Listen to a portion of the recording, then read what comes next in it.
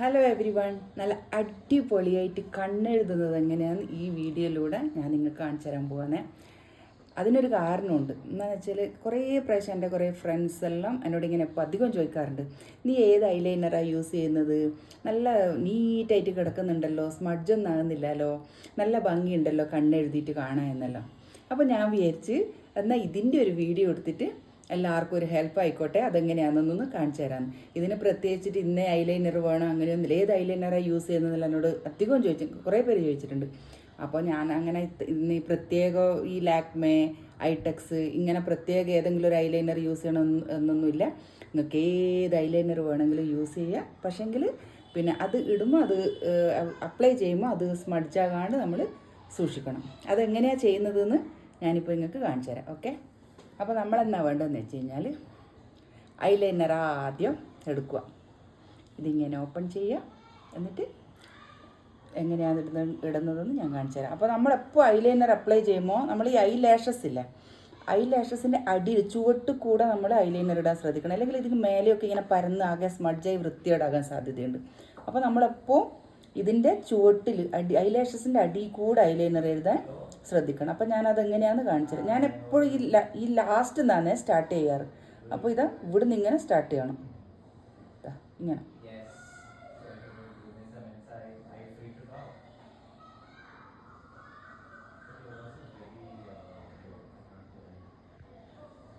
ഇങ്ങനെ സ്റ്റാർട്ട് ചെയ്യുക. അപ്പോൾ ലാസ്റ്റ് എഡ്ജിൽ നിന്ന് ഇങ്ങനെ സ്റ്റാർട്ട് ചെയ്ത് നല്ല കുറച്ച് ഇങ്ങനെ ഡാർക്കാക്കി കൂടുതൽ തടിപ്പാൻ പാടില്ല. അപ്പോൾ അത്ര നീറ്റ് കാണാൻ ഭംഗി ഉണ്ടാവില്ല.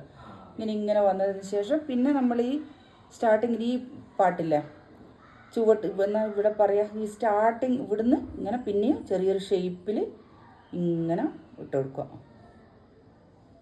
ഇങ്ങനെ എന്നിട്ടിങ്ങനെ ജോയിൻ ചെയ്യുക ഇതുപോലെ.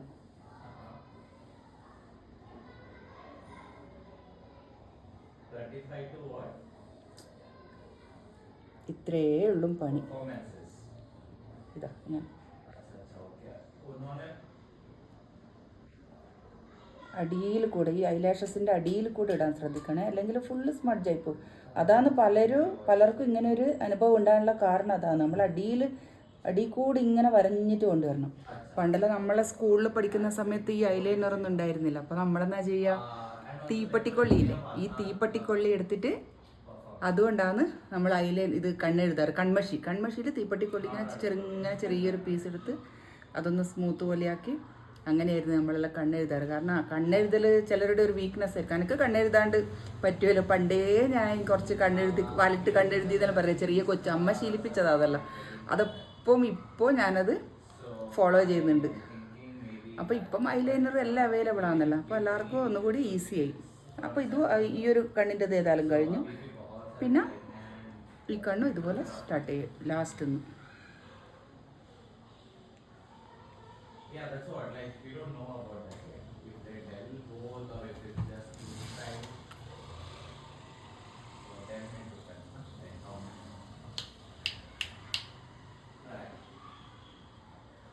ഇതുപോലെ ഇങ്ങനെയാണ് ഇവിടെ ലാസ്റ്റ് ഇങ്ങനെ ട്രൈ ചെയ്യുക.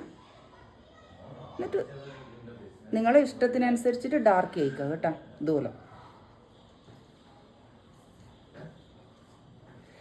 ഇത്രയേ ഉള്ളൂ. അപ്പോൾ ഇനി എന്നാ വേണ്ടേ, നിങ്ങൾക്ക് ഒന്നുകൂടി ബ്യൂട്ടിഫുൾ ആക്കണമെങ്കിൽ ഐലൈനർ പെൻസിൽ കിട്ടൂലേ, ഐലൈനർ പെൻസിൽ കൊണ്ട് ഉള്ളിൽ കൂടി ഒന്ന് ഡാർക്ക് വരുത്തിക്കുക. അതുകൂടാണ്ട് ഇതിൻ്റെ മുകളിൽ നിങ്ങൾക്ക് ഇടണമെങ്കിൽ മുകളിലും വേണമെങ്കിൽ അപ്ലൈ ചെയ്യാം. ഞാനിപ്പോൾ മുകളിലൊന്നും ഇടുന്നില്ല. അപ്പോൾ നിങ്ങൾക്ക് ചിലപ്പോൾ ഇങ്ങനെ ചിലർ ഇപ്പോൾ ഇതിങ്ങനെ ഒരു വാല് പോലെ ഇങ്ങനെ ചെയ്യുന്നുണ്ട്. ഇങ്ങനെ വേണമെങ്കിൽ കുറച്ചും കൂടി ലെങ്തി ആയിട്ട് കിട്ടും, കാണാൻ കുറച്ചും കൂടി ഭംഗിയായിരിക്കും. ഇതുപോലെ അങ്ങനെ